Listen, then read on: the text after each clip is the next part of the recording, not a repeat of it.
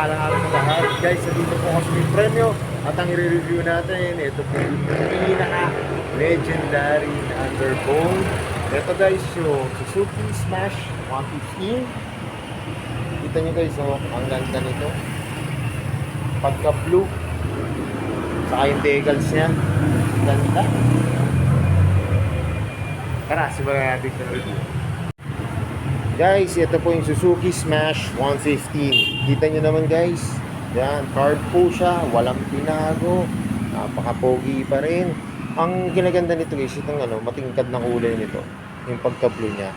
Pero syempre, alam naman natin, legendary to. Kaya talagang, basta sinabing Suzuki Smash, talagang matibay. Saka, subok na po na unit.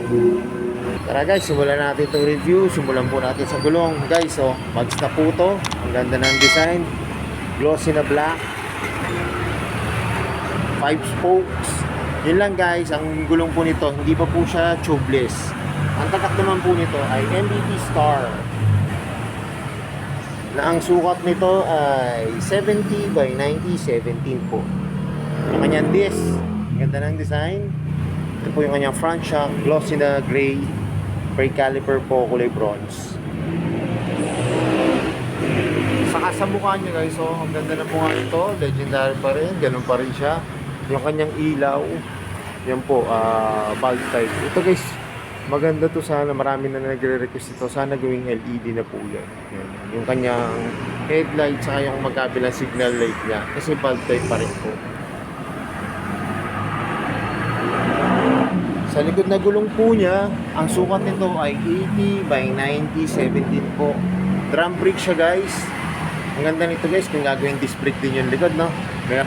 Malay natin sa mga upgrade ng kung i-upgrade pa po nila tong Suzuki Smash na carb po.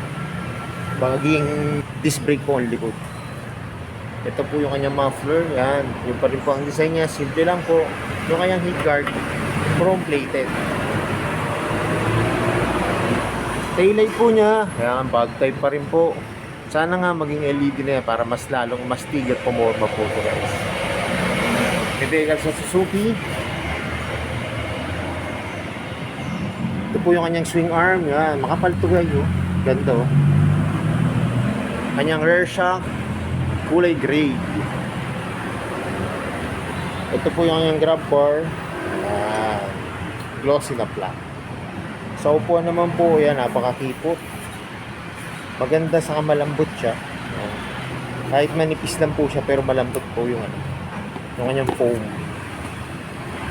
Sa U-box naman po niya, ito po yung kanyang U-box. Ang kasya lang dito guys, sa bottled water, cellphone, saka tools. Ito po yung kanyang side mirror.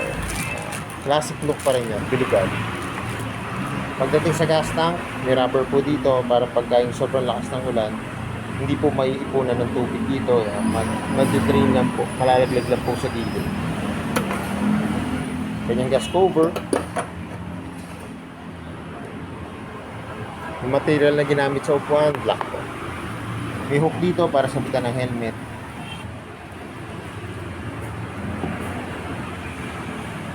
Sa decals po, yan. Yan guys, at least itong decals ay nagbago. Bago na po yung kanyang decals. Kaya lalong bumagay sa motor, saka umastig. Tapos ang kombinasyon po ng kulay nito, blue, white, saka black. Ito po yung kanyang gear pedal, chrome plated. Side center stand, glossy na black. Yung engine niya po, may naka-engrave na may naka-impose po na Suzuki. Dito naman po sa kabila, ito po yung kanyang kickstart engine. Ang engine oil nito guys ay 800. Yan. Pagka brand new po nyo binili to, pagka naka 500 na kayo, pa-change oil nyo to guys. Kanyang brake pedal. Saka meron ditong warning nyo. Yan po, yung lang naman to, paalala lang po yan. Pagdating naman sa manubela guys, talagang ito pa rin po yung kanyang design.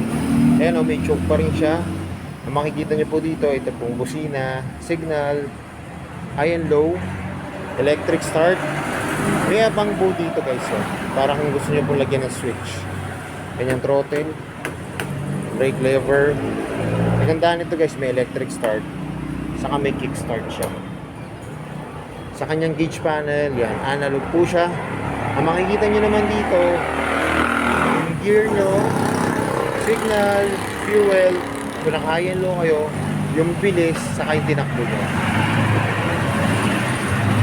Okay guys. Kaya ako naghahanap po kayo ng underbone ngayon, lalo na po, malapit na pong magtag-ulan. Ako, napakaganda nito guys.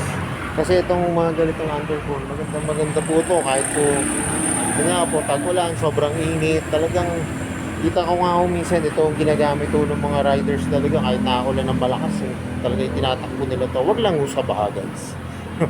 Wag lang ho sa baha.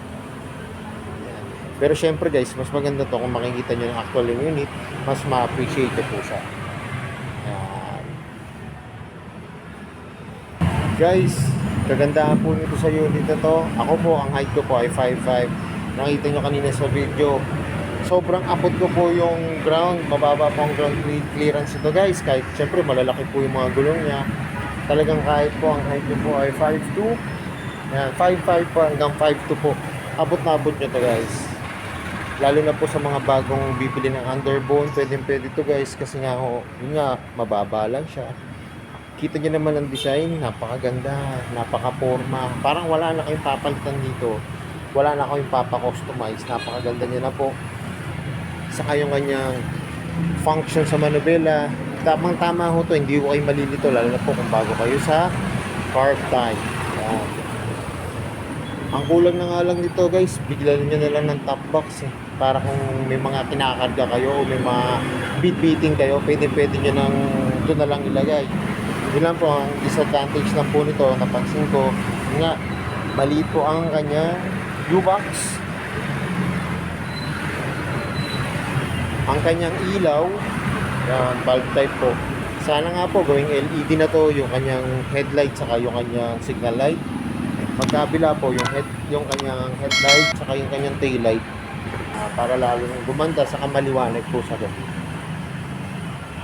Saka yung sususian, ayan guys, sana i-upgrade din nila to yung parang may shutter lock para mas gumanda. Kasi guys, napansin ko ito talagang Suzuki Smash, talagang simula nung nilabas ganito pa rin siya. Ayan po, walang binago. Ayan, naging mags lang po siya. Pero meron pa rin itong yung drum brake. Ay, meron pa rin po ito guys yung Rayos. Ito, pakita ko sa inyo. May Rayos dito isa.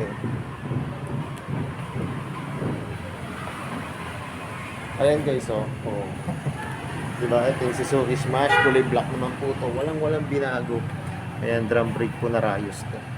Pero pag makikita nyo na actual tong unit tong guys, Suzuki Smash na to, parang kala nyo pang racing agad. Ayan, wala na kayong babaguhin, napakaganda po. Pero syempre, gaya na sinasabi ko, mas maganda po ito kung pupunta po kayo actual dito sa Premyo para mas makita yun ng actual yung unit, mas ma-appreciate nyo po siya guys. So yun guys, hanggang dito na lang. Kung bago lang po kayo sa aking YouTube channel, pa-subscribe naman po at pahit ang notification bell para updated po kayo sa aking mga videos. At salamat nga po pala dito sa may Premyo at nare-review ko po yung mga motor ko. Masyalan nyo na to guys, galing sa excellent to rito. More says to come, at yan na lang yung po sinasabi. Ingat po palagi, ride safe always, and God bless po. Palagi share na rin po ng aking mga videos at lagi natin tatandaan, mahal tayo ng Diyos. Bye-bye!